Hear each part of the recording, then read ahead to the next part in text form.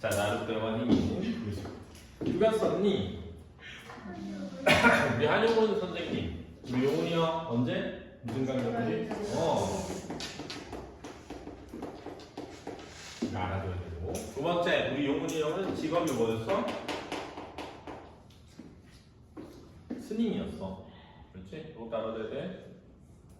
그렇지? 그리고 이 용훈이 형은 무슨적 표현의 대가다? 여기까지 일단 알아두고. 됐지? 그 다음에 우리 일제강점기 시인 5명을 외우자 그랬잖아. 누구니? 윤동주 형. 그 다음 이육사 형. 백석 형. 그리고 한 번 더. 용학이. 왜냐면 이 5명은 일제강점기를 배경으로 한 시를 많이 썼어. 일제강점기 사람이라고 해도 일제강점기에 대해서 잘 안 쓸 수 있잖아. 근데 이 5명은 일제강점기 현실에 대한 시를 많이 썼어. 그러니까 이 5명 정도는 외워두면 좋아. 그렇지? 근데 제목이 이제 나룻배와 행인인데 지금 나룻배가 누구야? 화자고 행인이 사랑하는 사람일 수도 있고 부처일 수도 있어. 진리일 수도 있어. 또 일제강점기니까 뭐? 조국일 수도 있는 거야. 그렇지? 그럼 이렇게 어떤 시어가 다른 의미를 지닐 때 무슨 적이라고 하지? 상징적이라고 하잖아. 그러니까 이 시는 상징적인 시야. 알아둬. 됐지? 뭐야? 나는 나룻배, 당신은 행인 그랬단 말이야. 그러니까 나는 나룻배 은유법이야. A는 B. 그렇지? 당신은 행인. A는 B 은유법이야. 그리고 1과 2가 1행과 2행이 대꾸지. 됐니? 됐고요. 그리고 나를 나룻배에 빗대었고 당신을 행인에 빗댄 거야. 그렇지? 근데 여기서 당신은 몇 인칭 대명사?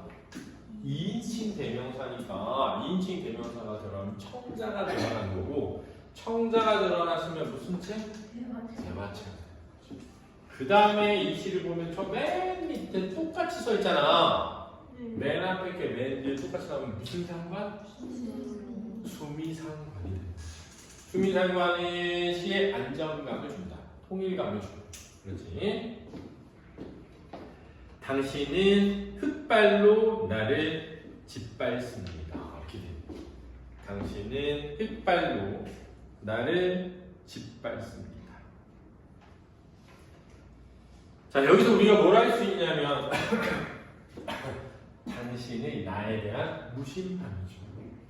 왜 이런 걸 알 수 있지? 나에 대한 무심함을 어떻게 할 수 있지? 자, 일단 나를 신경 쓴다면 흙발을 뭐하고? 털어야죠. 왜냐하면 너네 생각해봐. 아빠가 세차 뽑았어. 근데 막 지는 막 묻은 발로 타려고 할 때 약간 아빠가 발 털고 타라고 할 수도 있잖아요. 그거는 차를 뭐하는 거야? 신경 쓰는 거네. 근데 아무개나 막 타. 그러면 차를 전혀 신경 쓰지 않는 거니까 이렇게 누군가 대상을 전혀 신경 쓰지 않는 걸 뭐하다고 해? 무심하다라고 하는 거죠. 됐니? 자, 나는 당신을 안고 물을 건너갑니다. 근데 여기가 좀 잘 봐줘야 되는데 불교에서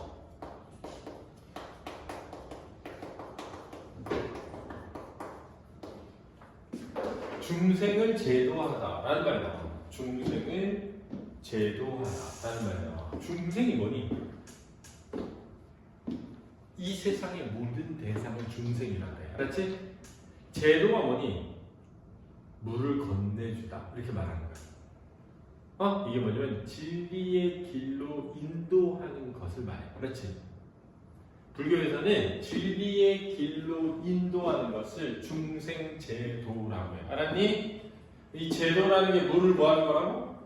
건네주는 거지. 그러니까 여기 나오는 당신은 부처일 수도 있고 또 사바 세계에 살아가는 모든 중생일 수도 있어. 알았지? 됐니? 그러니까 나는 희생적인 사랑을 하고 있는 거지. 알겠니? 저 사람이 나를 뭐 해도 짓밟아도 나는 그 사람을 안고 뭐 하겠다? 건너 간다. 이게 불교에서 나오는 용어를 시적으로 형상화한 걸 볼 수 있어. 그리고 솔직히 이런 것도 있거든. 삼국지 알아? 삼국지 보면 유비 얘기 알아? 유비가 어떤 할아버지가 그지? 물 건너달라 그래가지고 이렇게 업고 가는데 중간에 가는 할아버지가 집 놓았다 그래서 다시 돌아와서 또 건네주잖아. 그게 유비의 성품을 보여주는 막 얘기 나오거든. 모르는구나. 어쨌든 안고 물을 뭐 한다고? 건너간다. 그러니까 나의 뭐라고? 나는 당신을 안으면 기트나 얕으나 급한 여울이나 건너간다. 자, 기쁘나 얕으나 급한 여울이나 무슨 법? 열거법. 알지? 자, 열거는 몇 번 나와야 돼? 3번 이상. 알지? 동일한 범죄 다른 대상이어야 되잖아. 그지? 자, 동일한 범죄는 뭐니? 여울이지. 다른 건 뭐야? 깃은 거, 얕은 거, 급한 거. 알았지? 건너갑니다. 근데 비읍니다로 끝나잖아. 이게 지금 짓밟습니다. 건너갑니다. 이렇게 비읍니다로 끝나잖아. 이렇게 비읍니다로 끝나는 것도 운율을 만들어. 알았니? 이렇게 끝에가 같은 소리로 끝나서 반복되는 걸 가군이라고 해. 들어봤어? 들어봤어? 다리각. 다리각. 맨 앞에 같으면 머리, 두, 운. 가운데가 같으면 허리, 요, 운. 끝에가 같으면 다리, 각. 자를 써서 뭐? 운이라고. 얘네를 음의 위치로 만드는 운율이다 그래서 위율이다 그래. 위율. 그렇지? 위율에 두은, 요은, 가군이 있는 거야. 위율에 두은, 요은, 가군이 있다.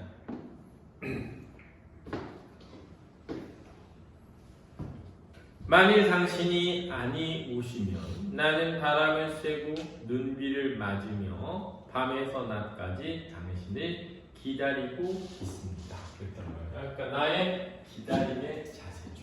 그렇죠? 나의 기다림의 자세죠. 그럼 여기서 만약에 당신이 부처 또는 진리라면 하자는 그 부처와 진리가 올 것을 뭐 하는 거야? 기다리는 거죠. 그렇죠?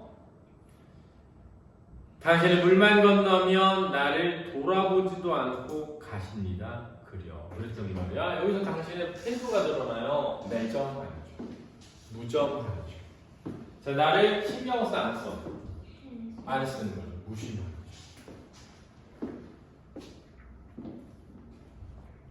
그러나 당신이 언제든지 오실 줄만은 알아요. 그랬단 말이야. 확신. 그렇지? 당신이 오는 것에 대한 확신이죠.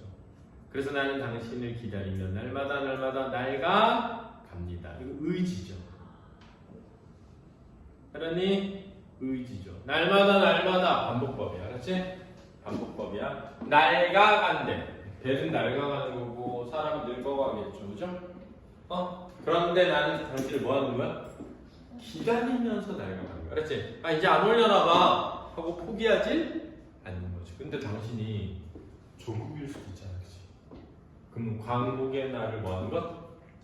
기다리는 것일 수 있죠. 그렇죠? 나는 나를 때 당신은 이미 이렇게 끝났다.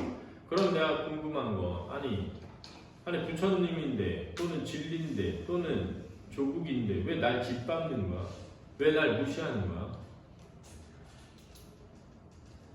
응? 응? 야, 이게 진짜 이상한 건데 내가 한마디 해볼게. 독립운동한 사람들은 일제강점기 이전에 나라가 엄청 잘해줘서 독립운동했을 것 같아. 난 개인적으로 나라가 엄청 잘해준 사람들이 대부분 친일파였을 것 같아. 그러니까 일제강점기가 있기 전 조선 말에 핍박받고 억압받았던 사람들이 오히려 나라를 잃은 것을 슬퍼하면서 나라를 되찾기 위해 뭐해? 노력한 거야. 그 나라가 너무 잘해줘서? 지금 잘 생각해봐. 지금 니네는 어떻게 생각할지 모르겠는데 어떤 생각인지 모르겠지만 내 입장을 얘기할게. 지금 너 진짜 엉망진창 같아 이 나라가. 두 눈으로 뻔히 막 내란죄를 저지른 걸 봤는데 그 사람들 처벌이 안 돼. 막 풀려나. 막 재판이 이상하게 나와. 누가 봐도 와 이거는 진짜 잘못한 건데 그만큼 잘못한 게 아니래. 그러니까 어떤 생각이 드냐면 이게 나라가 이상한데? 그런데 매일 나가가지고 막 데모를 해. 나라가 뭐하라고. 잘돼. 그러니까 뭐냐면 나라가 너무 좋고 너무 잘해줘서가 아니라 상대가 나를 무시하고 상대가 나를 핍박하고 상대가 나를 억압해도 그래도 내 사랑은 변함이 없는 게 진짜 사랑이지. 상대가 나한테 잘해줄 때만 잘해주는 마음이랑 상대가 어떻게 하든 내가 잘하려는 마음 중에 어느 게 진정한 사랑일 수 있겠어. 근데 이거를 부모 자식으로 생각해봐. 우리 솔직히 자식들이 부모 마음에 못질 많이 하잖아. 매정한 말 많이 하잖아. 엄마가 뭘 알아? 막 문 닫고 막 그럴 때도 있잖아. 그런데도 엄마 아빠가 끊임없이 자식을 위해서 뭐 할 때, 희생할 때, 우리가 나중에 그걸 진짜 뭐라고 느껴? 사랑이라고 느끼거든. 왜냐면은 세상에 나가서 누군가를 사랑해봐. 다 쌍방향적이지. 내가 잘해주면 잘해주지. 그렇게 막 치이다 보면 엄마 아빠가 되게 그리워져. 왜냐면 내가 어떻게든 나한테 잘해줬다는 걸 알게 돼. 그때는 관심이 귀찮고 나한테 간섭하는 것 같고 나를 괴롭힌다고 생각했을 수 있거든. 근데 너네가 어른이 돼보잖아. 아무도 그렇게 해주질 않아. 아침에 깨워주고 밥 차려주고 입을 거 다려주고 안 해준다니까. 그러니까 이상하다고 생각하지 말고 아니 뭐 집 빨봐 이렇게 생각하지 말고 나는 그렇게 느꼈어. 이 시를 보면서 뭐라고 느꼈냐면 일제강점기에 독립운동한 사람들은 나라가 나한테 엄청 잘해준 게 아니라 막 집하고 막 천시하고 돈 없는 가난한 사람들 무시하고 그런 대접을 받았던 사람들이 오히려 나는 뭐였다고 생각하냐면 더 독립운동을 열심히 했다고 생각해. 막 일제강점기 전에 고관 대작이어가지고 막 나라로부터 녹봉 막 지급받고 땅 많고 이렇게 가진 게 많은 사람들은 빼앗길 게 많잖아. 그러니까 이렇게 저렇게 눈치 보면서 러시아 편에 붙었다가 일본 편에 붙었다가 했을 거 아니야. 그지? 그럼 이 시가 와 선생님들 와 되게 잘 썼다 라고 난 느낀단 말이야. 니네 학교에서 이런 소리 안 해주지? 해줬어? 이 학교에서 되게 이걸 건조하게 가르쳐. 내가 볼 땐 그래. 왜? 선생님들이 경험이 적어. 고민이 적어. 이런 시를 가르치려면 적어도 삶의 경험이 많고 인생의 고민이 많고 해야 되잖아. 그래서 내가 니네한테 하는 얘기야. 많이 경험해보라고. 많이 사귀어보고 많이 대시해보고 많이 까여보고. 근데 까였는데 매달리지 말고 스토커 되니까 풍부하게. 그래서 알바도 많이 해보고 동아리도 많이 가입해보고 고등학교 때는 공부해야 되니까 많이 못해. 대학 가면 봉사활동도 많이 다니고 농촌 봉사활동도 가고 데모도 많이 하러 나가보고 가봐야 알 거 아니야. 이게 옳은지 그른지 가봐야. 근데 아무것도 모른 채 그냥 내 인생 돈 많이 벌려고 애써서 해봐. 아무것도 안 남지. 그럼 정작 가면 경험이 너무 일천하기 때문에 뒤쳐져. 일처리가. 그 사람들하고 공유도 잘 못하고 공감도 잘 못하니까. 그러니까 일하는 자체가 즐겁지 않아. 일해서 번 돈으로 뭘 하려고만 할 뿐이지. 근데 인생이 일하는데 시간이 많이 들어가잖아. 그렇지 않냐? 일하는 시간이 행복해야 진짜 행복하지. 왜? 일한 돈으로 노는 건 원래 행복하거든. 그러니까 일하는 시간까지 행복하면 좋잖아. 그러니까 알았니? 자, 수고했습니다. 아유 그렇게 해서